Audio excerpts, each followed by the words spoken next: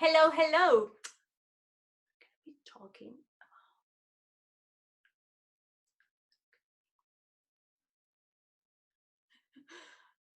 Feeling tired, feeling like disconnected. Uh, Hello, hello. It's Belen Diaz, and this is the E-volve show. And today we're going to be talking about something really important, and this is immune system. So if you don't know if your immune system is healthy, it can be showing up like if you're feeling tired or depressed or things like this that you don't realize. It might be just a lack of nutrients on your body or that something is not working right. So for this reason, we have bring our expert today. She is a nutritionist and her name is Heather. Heather is a nutritionist, personal trainer, and the founder of Nutrition Big Sen. She helps women with autoimmune disease who feel defeated go from surviving to thriving. Hi, Heather. How are you? I'm fabulous. Thank you so much for having me. I'm really excited to be here today. Yeah, thank you so much for your time. I really appreciate it. I'm really glad that we were able to have an opportunity to finally get together. I know I had some cancellations on my part, and I apologize for that, but I'm glad we were able to make it finally happen. Yeah, totally. It's just a pleasure to have you here and to be part of this summit. So it's great. I was gonna ask you, why don't you start telling us a little bit about you and your business so the audience can learn Yeah, about yourself? absolutely.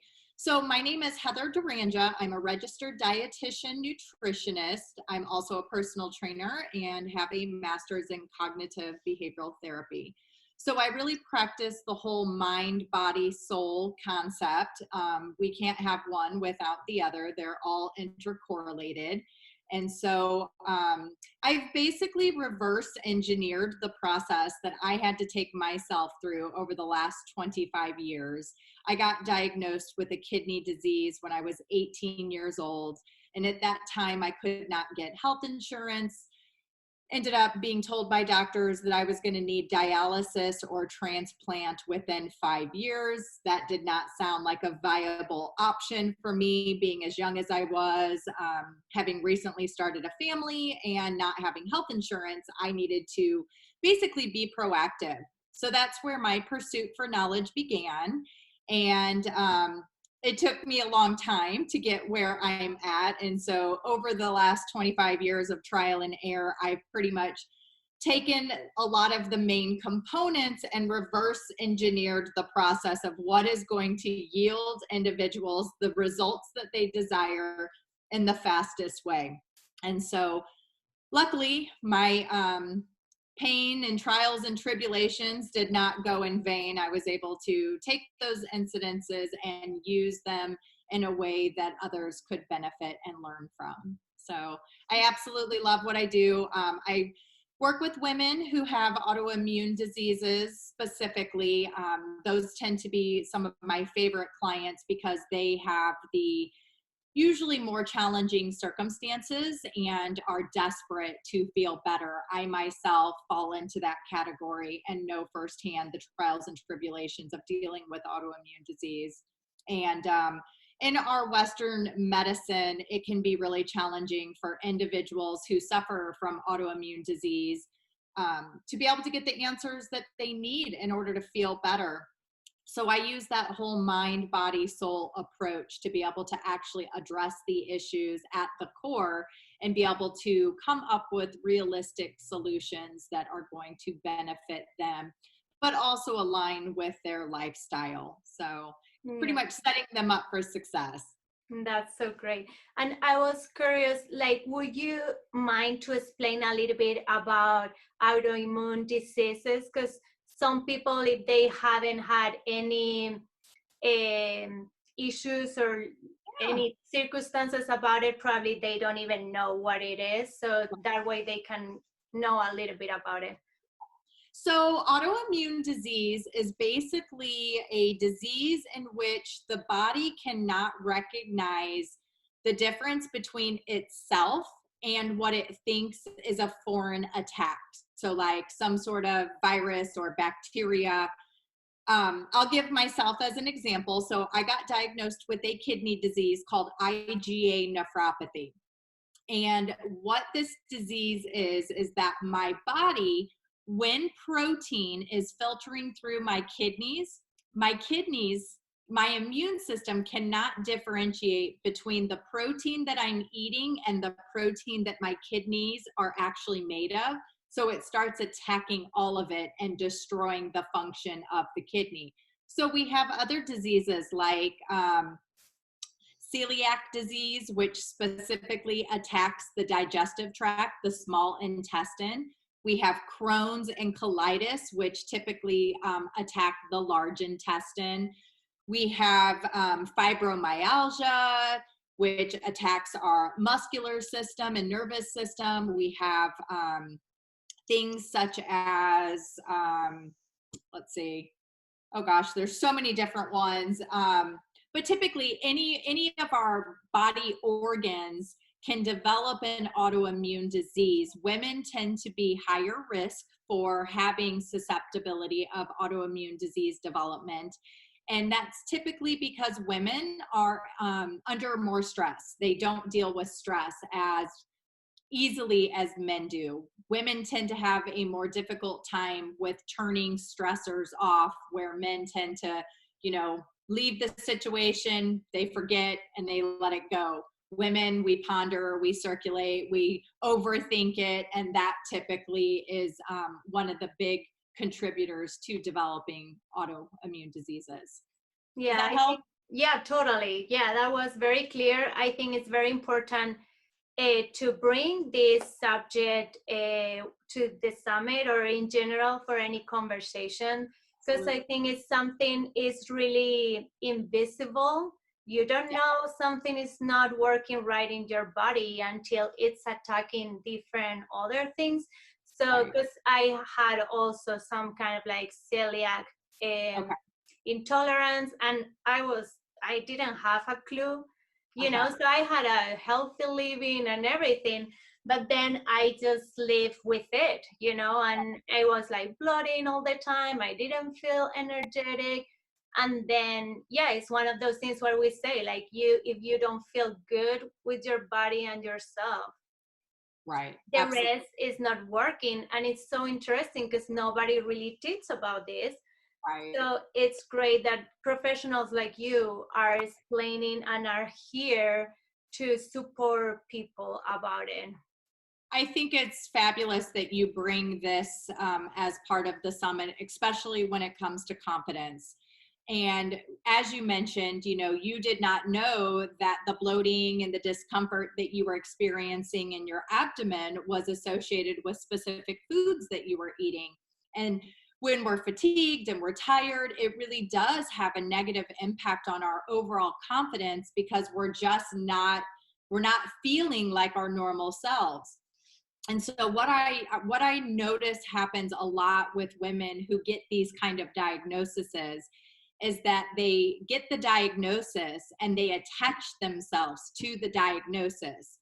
And so it really diminishes their confidence and their ability to believe that they are more than just the diagnosis or the disease. They become so attached to it that they actually reformulate the whole way they think about what their future is going to bring them. They literally make choices and decisions that are based off of the diagnosis and the disease, instead of being more intuitive and listening to their body and allowing what their body is telling them to dictate what their possibilities are.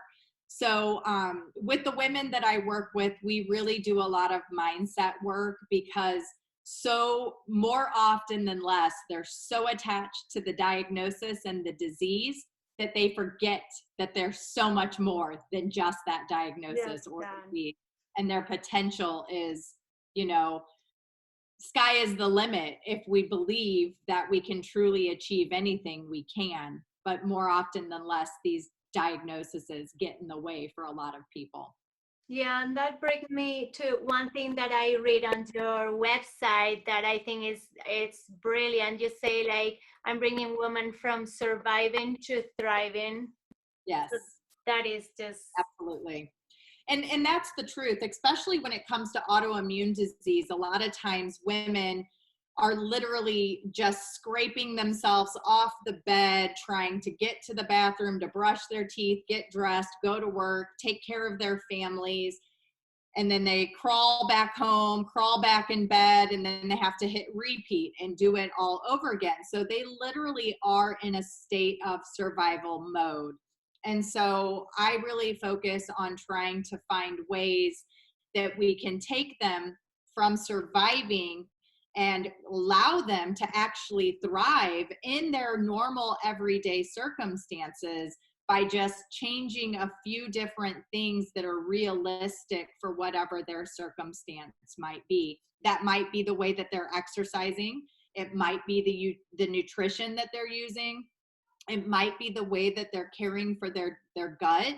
It could be their sleep or hydration. There's so many different components that create the bigger picture. And so everybody is different. Not, it's not a one size fit all type of program. It's a very individualized program for your specific circumstances. yeah, like everybody's different. Yeah, everybody.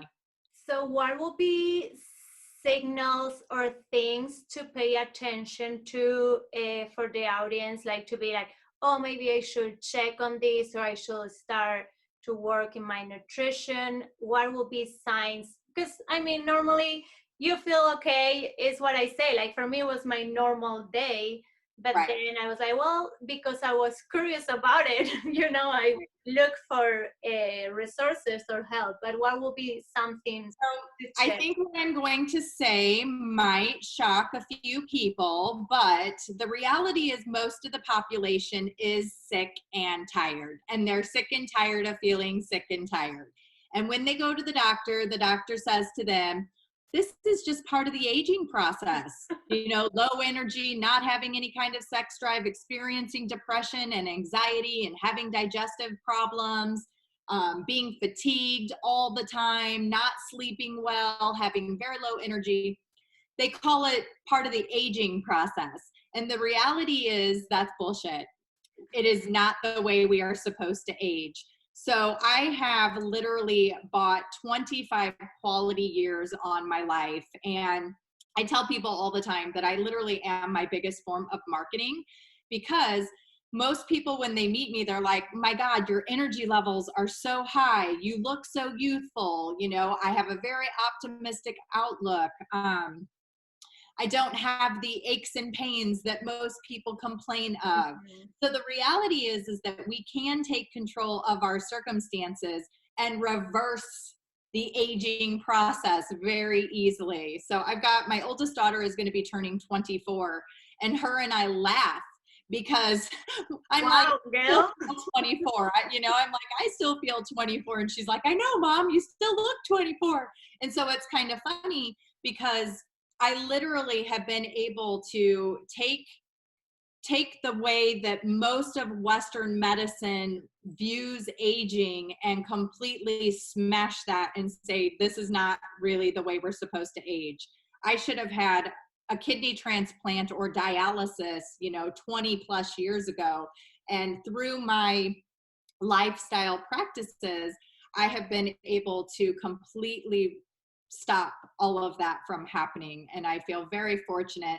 And I want other people to wake up in the morning, jump out of bed, be excited about the day that awaits them, feel optimistic, feel confident as they step onto the floor and start to go about their day with lots of energy and lots of optimism. And Yeah, that is so important. I think it's just brilliant that people like you are like has so much knowledge, and also what you say, like conventional medicine, it's very different. Let's leave it there. yeah, But I mean, sometimes they maybe try to solve a problem, but if you work in your nutrition and your health and your mind, then maybe you don't need that exactly. in the future. Yeah. Yeah, 100%. I have a specific client who came to me a couple of years ago, and when her and I started working together, she was only 25 years old, and she was suffering from 7 different diagnoses: depression, anxiety, and she was on 27 different medications. And we were able to get her off of all of her medications except for her immunosuppressant. That's the only one she still takes. She was able to lose 30 pounds in the process. Her confidence went through the roof. She discovered all of these new passions that she never even knew that she had. And she goes about her life now with, confidently achieving the different goals that she never in a million years dreamt that she would be able to actually go after. And so for me, it's really rewarding to be able to help young girls like herself be able to achieve something completely different than what they ever expected for themselves because of these unfortunate diagnoses. Just because you get diagnosed does not mean that that is your actual fate. You can change that. Yeah. And you can change your mind to feel more positive about it too. Absolutely. The reality is, and this might be some shocking information for your audience, but everything truly begins with our thoughts. And when we have a negative thought, so let's use women as an example. We walk past the mirror, we see a glimpse of ourselves, and we're like, oh God, oh, I don't like that. Or when did you, God, you got to lose weight. And we start talking really nasty to ourselves in a very disapproving way. We feel that shame. We feel that guilt that we're not good enough. And the second that we elicit that thought, it contributes to a hormonal cycle called our fight or flight. When that fight or flight system is turned on, we are literally allocating all of our resources just to neutralize the pH of our blood. When we have the negative thought and the stress cycle gets turned on, it causes our blood to become more acidic. When the blood is more acidic, that puts survival of our brain, our heart, and our functions at risk. We literally are now in survival mode. So we're allocating all of our resources just to be able to stabilize the pH of our blood. And so over time, when we're constantly having all of these disapproving thoughts about ourselves, we literally are diminishing our ability to heal and repair our body, our ability to digest food appropriately, which puts us at risk of having leaky gut and other digestive disorders. It makes it very challenging for us to metabolize nutrients. So we become insulin resistant, puts us at higher increase of developing diabetes and being able to lose weight. There's a plethora: infertility because hormones aren't being utilized the way that they should be. So it's really a domino effect, and it all starts with the thoughts that we're having. So I personally feel that more of us value doing things like changing our diet and changing our exercise regimen. But the reality is, if we can put our energy and efforts into the thoughts that we have on a regular basis, that in itself will allow our bodies to optimize the nutrition and exercise that we are utilizing on a regular basis. So that kind of helps with increasing the longevity and vitality so that we can truly achieve our goals and live our best life. Yeah, that's so true. And it's like so valuable because it's like what you say, it's like it's not just like, oh, eat healthy and do exercise.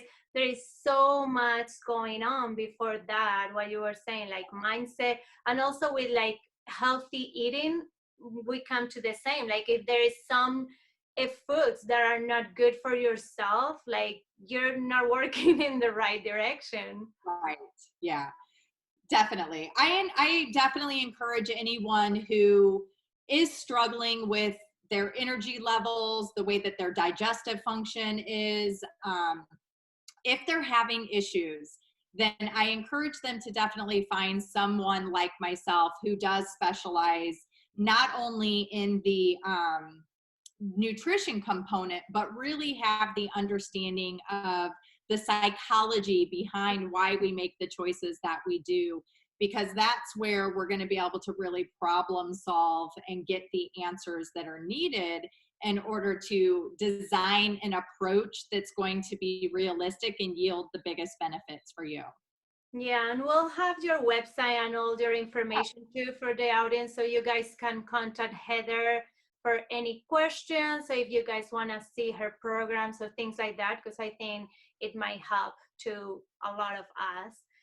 So Heather, to finish with the conversation, would you like to give us some tips to feel better, more energetic, or what would be like the first step to work Okay. No one's gonna like my answer, but it is the reality, okay? Most of us, especially being women, we set expectations that are too high and are unachievable. So I am a firm believer in setting very small goals so that we can build our self-efficacy, that belief in ourselves that we can actually do something and achieve it.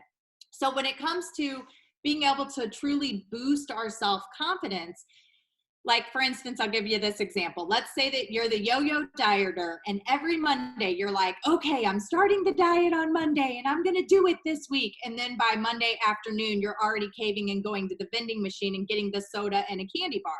You're breaking the contract to yourself because the goal that you have set is not realistic for your circumstances right now. So when you're constantly breaking that contract with yourself, your belief in yourself is constantly being diminished, which ultimately has a negative impact on your overall self-confidence, that ability to believe that you can actually achieve something. So my advice to anyone is this: really evaluate the expectation you have right now for yourself. And I encourage you, whatever that goal might be, make it a little bit smaller. So for instance, let's use water as an example. Mm-hmm. Pretty much the entire population is chronically dehydrated. So if you are like, oh man, I need to drink more water, instead of running out and grabbing the 128-ounce gallon of water and saying, okay, I've got to drink this today, have one glass. And as you slowly start to get used to having one glass of water a day, it'll become two. And as you get used to having two, it becomes three. And you slowly increase your ability to constantly be hydrated. What happens when someone drinks 128 ounces of water, from going from hardly any water to that much water? You're going to be urinating every 30 seconds, and that's super inconvenient. Nobody has time for that. But the reality is we have hormones that control our fluid balance, and they need time to adjust to the amount of water that we're drinking. That's why I slowly encourage individuals to increase that over a week or a couple of weeks rather than a matter of hours if you want to truly be consistent and achieve the goal. I love this one because it's totally going to me. I'm like, I need to drink, and then I'm like, no, I don't want to drink. So I need to go to the bathroom. Exactly. Great advice, Heather. So I have a really fabulous hydration guide that I'm more than happy to give your audience. So I will send you a link to that where they can sign up for that guide, and it will give them some tips on how they can stay hydrated in a realistic way. But yes, hydration is key for everything. For everybody. Yeah. Well, thank you so much for all this information. It was a pleasure to have you here and to talk to you. Such a pleasure. I truly appreciate the invitation and having the opportunity to introduce myself and my concepts to your audience. I think that everyone will benefit from just one small change. So hopefully everyone will walk away today with being a little bit more realistic about the goals that they're going to set when it comes to their health and wellness and being able to achieve confidence. That's great. Thank you so much. Have a good day. You too. Thank you. Bye.